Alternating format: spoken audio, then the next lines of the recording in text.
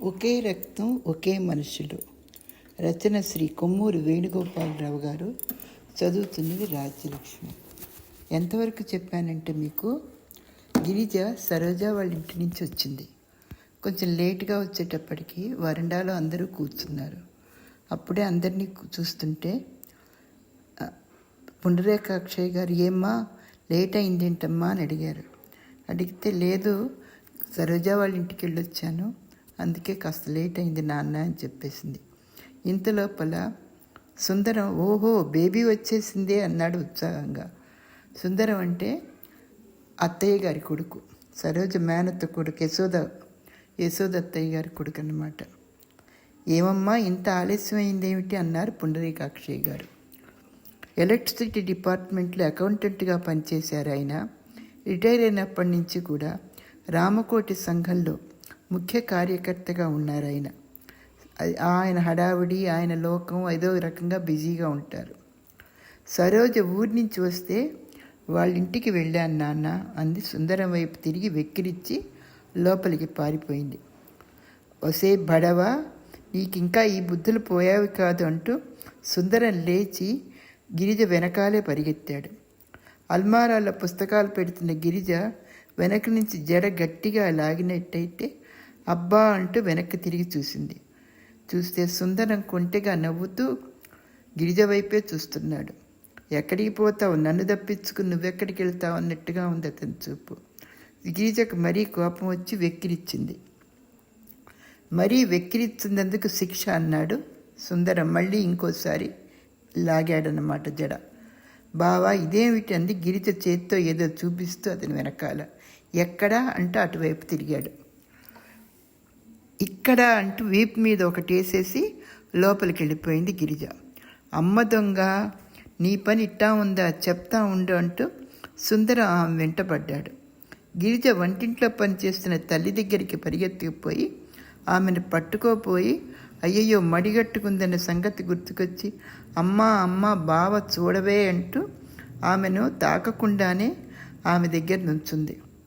ఈలోగా సుందరం కూడా అక్కడికి చేరుకున్నాడు. చూడత్తయ్యా బేబీ ఏం చేసిందో అంటూ. ఏమిట్రా మీ గొడవ అంది ఆవిడ. నేను పెద్దవాడిని కదా, నన్ను ఇష్టం వచ్చినట్టు కొట్టచ్చా అంటూ వీపు మీద ఎంత దెబ్బ తెరిచిందో చూసావా అత్తయ్య అన్నాడు సుందరం. ఏమిటి బేబీ, రాక బావ మన ఇంటికి వస్తే అట్లా అల్లరి చేస్తావా అన్నారు అనసూయమ్మ గారు. అయితే నన్ను జడబట్టుకుని లాగాడు కదమ్మా, మరి దానికేమంటావు అంది. మరి నన్ను రాగానే ఎక్కిరిచ్చావెందుకు అన్నాడు సుందరం. సరే మీ ఇష్టం అంటూ గిరిజ వైపు అనసూయమ్మ గారు ఒకసారి చూసి నవ్వేశారు. అత్తయ్య ఉందని కానీ లేకపోతేనా, బయటికి రా నీ పని చెప్తానని సుందరం ఉడుక్కుంటూ బయటికి వెళ్ళిపోయాడు. అతను అట్లా వెళ్ళాడో లేదో, ఏం వదినా వంటలో సాయం చేయనా అంటూ సుందరం తల్లి శారదమ్మ లోపలికి వచ్చింది. ఇదిగో బేబీ కూడా ఇక్కడే ఉందని గిరిజను చూసి, ఏమే బావను చూశావా అంది. మీ అబ్బాయి లాంటి వాళ్ళు నాకేమన్నా భయం అనుకున్నావా, మా అమ్మకి వంటలో సాయం చేద్దామని వచ్చావా అంది గిరిజ. అబ్బో నువ్వు కూడా సాయానికి వస్తున్నావుటే అంటూ ఆవిడ మేనగోడల్ని వెక్కిరింతూ చూసింది. ఓన్లే వంట నేర్చుకుంటున్నావు, అయితే కోడలి పిల్లగా బాగానే పనికొస్తావు. ఇంకేం, ఏమమ్మా వదినా అప్పుడే బేబీతో మడి కూడా గట్టిస్తున్నావు అన్నమాట అన్నది శారదమ్మ. మడా, దాని మొహం, దానికి అసలు అన్నం వార్చటం కూడా వచ్చే రాదు అడుగు అంది అనసూయమ్మ గారు కూతురి వైపు ప్రేమగా చూస్తూ. ఎంతో అవసరమైనప్పుడు తప్ప కోడళ్లను కూడా ఆవిడ వంట పని ముట్టుకొనివ్వదు. అనసూయమ్మ గారికి కూరలు తిరగటం, బియ్యం కడగటం వరకే కోడళ్ల పని. అసలు వంటంతా ఆవిడే చేసుకుంటారు. నువ్వెప్పుడు ఇంటే, నాకేం రాదని అందరికీ చెప్పడం నీకు మహా గొప్ప అంటూ గిరిజ బయటకు వచ్చేసింది. అప్పుడు ఆమెకు చిన్న వదిన సంగతి గుర్తుకొచ్చింది. వాకిట్లో అంతా ఉన్నారు, కానీ చిన్నన్నయ్య కనిపించలేదు. పొద్దున్న తన సినిమాకి వెళ్ళమని చెప్పిందిగా, ఒకవేళ వెళ్ళారేమో అనుకుంది గిరిజ. గదిలోకి వెళ్ళి చూసేసరికి సామ్రాజ్యం మంచం మీద గోడవైపు తిరిగి పడుకుంది. అదేమిటి వదిన, సినిమాకి వెళ్ళలేదేమిటి అని అడిగింది. సామ్రాజ్యం తల ఇటువైపు తిప్పి చూసింది. పొద్దున ఆరోగ్యంతో కళకళలాడుతున్న ముఖం ఈ కొద్ది గంటల్లోనే అబ్బో ఎన్నో లంకనాలు చేసినట్టుగా కనిపిస్తుంది. సినిమా కూడానా నా మొహానికి అంది బీరబోయిన గొంతుతో విచారంగా. ఏం వదినా, మళ్ళీ నొప్పి వచ్చిందా అడిగింది జాలిగా గిరిజ దగ్గరికి వెళ్ళి. సామ్రాజ్యం అవునన్నట్టుగా తల ఊపింది. అన్నయ్య ఏడి? బయటికి వెళ్ళారనుకుంటాను. చూడు బేబీ, ఆ బీరువాలో ఆకుపచ్చ సీసాల బిళ్ళలున్నాయి, 2 తెచ్చియమ్మా అంది సామ్రాజ్యం. బాధ ఎక్కువగా ఉందా వదినా? సామ్రాజ్యం తల ఊపింది. డాక్టరు తడవకి 1 కంటే ఎక్కువ వేసుకోవద్దన్నాడు కదా, మరి ఇన్ని బిళ్ళలు ఎందుకు వదినా అంది. 1 వేసుకుంటే పనిచేసే రోజులు పోయాయమ్మా అన్నది సామ్రాజ్యం. గిరిజ 1 క్షణం మౌనంగా నిలబడి తర్వాత బీరువా తెరిచి ట్యాబ్లెట్ తీసుకొచ్చి ఆమెకిచ్చి మూలనున్న కూజాలోంచి నీళ్లు తీసుకొచ్చి ఇచ్చింది. తర్వాత అక్కడి నుంచి బయటకు వచ్చేసింది గిరిజ. మన్మథరావు ఆ రోజు ఆఫీసులో పనిచేస్తుండగా పక్క సీట్లో అతని ఆప్తమిత్రుడు అచ్యుతరావు ఈవేళ పెందలాడే ఇంటికి వెళ్ళాలో అన్నాడు. ఏ? సినిమాకి వెళ్ళాలి, మా శ్రీమతితో ప్రోగ్రాం పెట్టానన్నాడు. అప్పుడు మన్మథరావుకు ఉదయం తనతో సామ్రాజ్యం అన్న మాటలు గుర్తుకొచ్చాయి. అయ్యో, అయితే నేను కూడా వెళ్ళాలి మా శ్రీమతితో కలిసి అన్నాడు మన్మథరావు. వెరీ గుడ్, అయితే మనమంతా ఎక్కడ కలుద్దాం? పోనీ ఒక పని చేద్దాం, ఇళ్ల దగ్గర కలుద్దామంటే టైం సరిపోదు. తిన్నగా థియేటర్ దగ్గరికి వచ్చేసేయి. ఎవరు ముందొస్తే వాళ్ళు టికెట్లు తీసుకుందాం, మిగిలిన వాళ్ళ కోసం వెయిట్ చేద్దాం, సరేనా అన్నాడు అచ్యుతరావు. సరే సరే, ఏ సినిమాకి వెళ్ళాలో ఇద్దరూ నిర్ణయించేసుకున్నారు. అంటే మన్మథరావు, సామ్రాజ్యము, అచ్యుతరావు, అతని భార్య అందరూ కలిసి సరదాగా సినిమాకి వెళ్దాం అనుకున్నారు.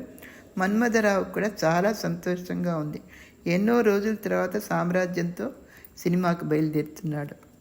అందుకని అతను మన్మథరావు రోజు కంటే ముందుగానే ఇంటికి వచ్చి సైకిల్ వాకిట్లో పెట్టేశాడు. ఎదురుగా వచ్చిన శారదమ్మను సుందరాన్ని పలకరించి పాపా పాపా అని పిలుస్తూ లోపలికి వెళ్ళాడు. అతనికి చిన్నప్పటి నుంచి సామ్రాజ్యాన్ని పాపా పాపా అని పిలవడం అలవాటు. కానీ గదిలోకి అడుగు పెడుతూనే కొయ్యబారిపోయాడు. పడుకున్న తీరు చూడంగానే అతనికి అర్థమైపోయింది. కొన్ని చిత్రమైన సమస్యలు కొందరిలో చిత్రంగానే పరిష్కారం అవుతుంటాయి. ఒక్కొక్కళ్ళు దౌర్జన్యంతో, ఒక్కొక్కళ్ళు అధికారంతో, ఒక్కొక్కళ్ళు కపటంతో, ఒక్కొక్కళ్ళు లౌక్యంతో, ఒక్కొక్కళ్ళు మంచితనంతో, ఒక్కొక్కళ్ళు త్యాగంతో తమ సమస్యల్ని పరిష్కరించుకుంటూ ఉంటారు. మన్మథరావుకు ఎలాంటి కలచివేసే పరిస్థితి వచ్చినా ఆమె మీద కోపం రాకుండా ఉండటం అలవాటు చేసేసుకున్నాడు. ఆమె మీద కోపం రాకూడదు. తను ఒకానొక జీవితంలో పొరపడ్డాడు. ఆ జీవితాన్ని భరించాలి, అంతే, తప్పదు. అతడు వచ్చాడని ఆమెకు తెలుసు. ఈ పాపిష్టి ముఖాన్ని అతనికి చూపించి ఏం జవాబు చెప్తుంది? అతను మంచం దగ్గరికి వెళ్ళి తల మీద చెయ్యి వేసి పాపా మళ్ళీ ఒంట్లో బాగాలేదా అన్నాడు. ఆమె ఉండబట్టలేక అతని వైపు తిరిగి కళ్ళ నిండు నీళ్లు ధారాపాతంగా కారుతున్నాయి. నేను పాపిష్టి దాన్ని, మీ సుఖాన్ని కూడా చంపేసేస్తున్నానని దీనంగా అంది. అతడు మంచం మీద కూర్చుని ఆమె జుట్టు నిమిరాడు. నా సుఖం నీ దుఃఖంతో కూడుకున్నదైతే అది నాకు అక్కర్లేదమ్మా అన్నాడు. మీకు ఇవ్వలేని సుఖం కన్నా నా దుఃఖమే ఎక్కువగా ఉంది అంది అని మళ్ళీ మళ్ళీ ఏడ్చేస్తుంది. అందరి జీవితాలు బాగుంటే ఏ ఒక్కరి జీవితమో ఎందుకు కాలిపోవాలి బావా అంది సామ్రాజ్యం. వెరైటీ కోసం నవ్వడానికి ప్రయత్నించాడు మన్మథరావు. నీకు నవ్వు రావడం లేదు. నీకు ఇప్పుడే కాదు, ఎప్పుడూ రాదు. నేనంటే నీకెంత జాలో, నీకెంత ఓర్పో తలుచుకుంటే నాకే ఆశ్చర్యం వేసేస్తుంది. మన్మథరావు ఆమె కన్నీళ్లు తుడిచాడు. నీ కన్నీళ్లలో కల్తీ లేనట్టే నా నవ్వులో కూడా కపటం లేదు సామ్రాజ్యం అన్నాడు. తన కళ్ళని తుడిచిన అతని చేతి వేళ్ళను పట్టుకుని చెంప కానిచ్చుకుని చాలాసేపు మెదలకుండా ఉండిపోయింది. గది బయట ఇంట్లోని మనుషుల రోదా పదే పదే వినిపిస్తుంది. ఆ విషయాన్ని గురించి అంతకంటే మాట్లాడలేక ఇద్దరూ కూడా కొద్దిసేపు మౌనంగా ఉండిపోయారు. ముసుగులో గుద్దులాట కన్నా అసలుగా తెలిసిపోయి మౌనంగా ఉండటమే ఎంతో హాయి అనిపించింది. నేను అలా బయటికి వెళ్ళొస్తానన్నాడు లేచి నిలబడి. కాఫీ తాగావా? తాగే